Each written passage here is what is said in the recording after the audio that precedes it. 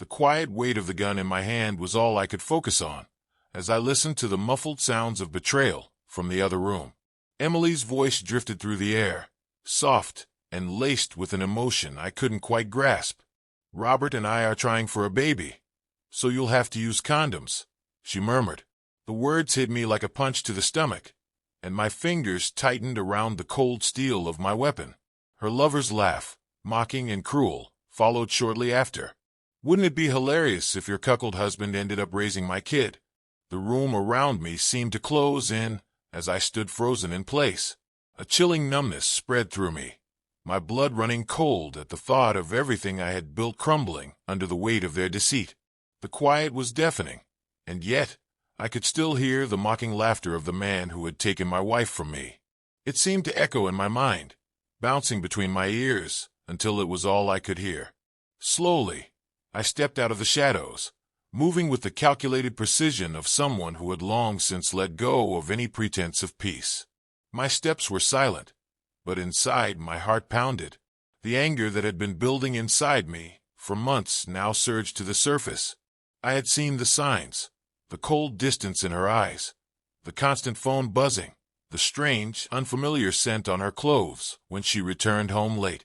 But tonight, it was no longer just suspicion. It was truth, and the truth was unbearable. I had received the cryptic text hours earlier, telling me to come home, to see the truth for myself. And now here I was, staring through the window at the woman I had loved, the woman who had once been everything to me. She was curled up on the couch, her hand resting on the arm of a man I didn't recognize. Her face was close to his, whispering words that would haunt me forever. His voice was a low, arrogant mockery, one I would never forget. "Wouldn't it be hilarious if your cuckold husband ended up raising my kid?" My blood ran colder than it ever had before, but I remained motionless. For a brief moment, I considered rushing in, demanding answers, forcing them to face me. But then I stopped myself. This wasn't the time for reckless anger. This wasn't about retribution in the heat of the moment. It was about justice. I slipped away from the window and made my way to the garage, my mind a whirl of confusion, rage, and disbelief. The weight of the gun in my hand was a comfort, cold but familiar. I didn't rush as I loaded it, the metallic click of the bullets sliding into place reverberating in the stillness of the house. I needed to be deliberate. They would face the consequences of their actions. With the gun firmly in my grip, I entered the living room. The atmosphere was thick with tension as Emily's laughter died instantly. Her eyes widened, her face drained of color when she saw the weapon in my hand. The man beside her stiffened, his smirk faltering as fear replaced his earlier arrogance. "You have no idea what you've done," I said, my voice dangerously calm despite the rage building inside me. My hands shook slightly, but I forced myself to steady them. The years of memories, our wedding day, the life we had built, flashed through my mind like a whirlwind, each moment crashing into the next. But I held my ground, the weight of the gun anchoring me to the present. I wasn't here to make threats. I was here for justice. Emily tried to speak, her voice trembling as she stammered, "Robert, It's not what you think." A humorless laugh escaped me. "Not what I think? Let's hear it, Emily. Convince me that I didn't just hear you plan to make me raise another man's child." The man, still sprawled on the couch, raised his hands in mock surrender. "Look, man, this doesn't have to get ugly. Let's just talk about this." I leveled the gun at him, my voice cold as ice. "You don't get to talk. Not after what I just heard." Emily's tears began to fall as she reached out toward me, her sobs choking out her words. "Please, Robert, please." I stood there, unmoving, the weight of her betrayal settling like a stone in my chest. The silence stretched between us, thick with the unspeakable truth. This was more than betrayal. This was the death of everything I had trusted. And in that moment, I knew that nothing would ever be the same again. Robert's voice cracked, the weight of his emotions almost too much to bear. He took a slow step forward, each movement laden with the pain of years gone by. "Love is loyalty," he said, his voice trembling. "Love is respect. You've destroyed everything we had, Emily. Everything I thought was real." His words hung in the air, cutting through the tense silence like a blade. Emily dropped to her knees, her hands clasped together in desperation. "Please, just let him go," she pleaded, her voice shaking. "He's not worth it. You and I can fix this. We can still have a family." For a brief moment, Robert's gaze flickered to her. A storm of emotions passed across his face, a raw mixture of anger, heartbreak, and disbelief. He fought against the overwhelming tide of pain and confusion, his chest tightening as he suppressed the tears threatening to rise. Betrayal crushed him, weighing him down like a suffocating blanket. But through the haze of hurt, something cold and clear began to emerge within him, a sharp clarity, a resolve that began to take root with every passing second. His focus shifted back to the man on the couch. "You're going to leave now," Robert said, his voice cold and unyielding. "And if I ever see your face again, I won't just be pointing this gun." The man scrambled to his feet, his apology spilling out in frantic stutters as he grabbed his coat and fled through the door. The sound of the slam echoed through the house, a final punctuation mark on the moment, leaving Robert and Emily alone in the suffocating silence that followed. Robert lowered the gun, but he didn't put it away.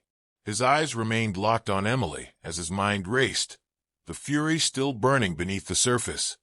"Do you even realize what you've destroyed?" he asked, his voice cracking with the weight of the question. Emily's tear-streaked face was pitiful, but it stirred no sympathy in him. She looked so broken, so small on the floor, but he couldn't bring himself to feel sorry for her. He thought of the sacrifices he had made over the years, the countless late nights working to provide for their future, the times he had put her happiness above his own. And now it all felt like nothing, a lie built on false promises. Despite the ache in his chest, a new clarity took root. Her betrayal wasn't a reflection of his own failure. It was a revelation of her weakness. She had let her insecurities destroy everything they had built together, and with that realization, Robert found a newfound strength. Her betrayal was not about him. It was about her. "Why, Emily?" he asked finally, his voice hollow, as if the answer would make any difference. "Why wasn't I enough?" She shook her head, fresh tears spilling from her eyes as she tried to find the words. "I don't know, Robert. I was scared. We've been together for so long, and I felt like I was losing myself. He made me feel wanted again." Robert's laughter was bitter, cutting through the tension in the room like a knife. "Wanted? I worked 2 jobs to make sure we had everything we needed. I built this life for us, and this is how you repay me." She couldn't meet his eyes. Her gaze dropped to the floor, a crumpled heap of regret and guilt. As he watched her, something unexpected stirred within him. It wasn't forgiveness. It wasn't even pity. It was clarity. Emily's betrayal had never been about him. It was about her, her selfishness, her inability to face her own fear and inadequacies. And in that moment, Robert knew that this wasn't a loss. It was a liberation. He had been shackled by her lies, but now he was free. Over the next few days, Robert set his plan into motion. He didn't raise his voice, didn't argue or demand answers. Instead, he played the role of the calm, forgiving husband. He assured Emily that they could work through it, even suggesting they go to therapy.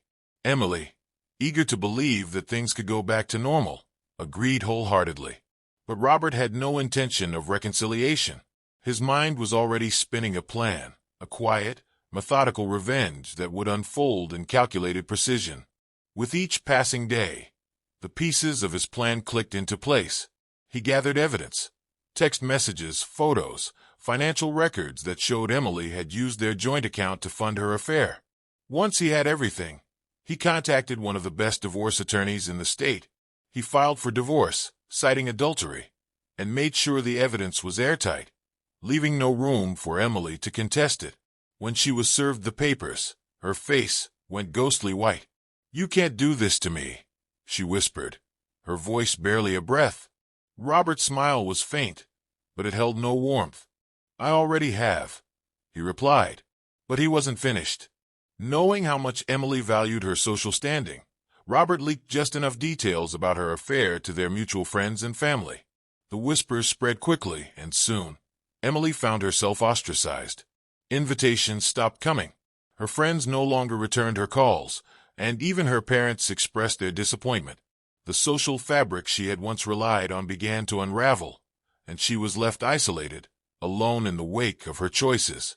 As for the man, Robert ensured his employer received an anonymous tip about his misconduct, leading to his swift termination. The ripple effects of Robert's quiet, calculated actions left both Emily and her lover scrambling to salvage their shattered lives. Months later, Robert stood on the balcony of his new apartment, the city skyline stretching out before him. The crisp air filled his lungs, and for the first time in years, he felt a sense of renewal. The betrayal had shattered him. Yes, but it had also remade him. He had learned that his worth wasn't tied to someone else's loyalty.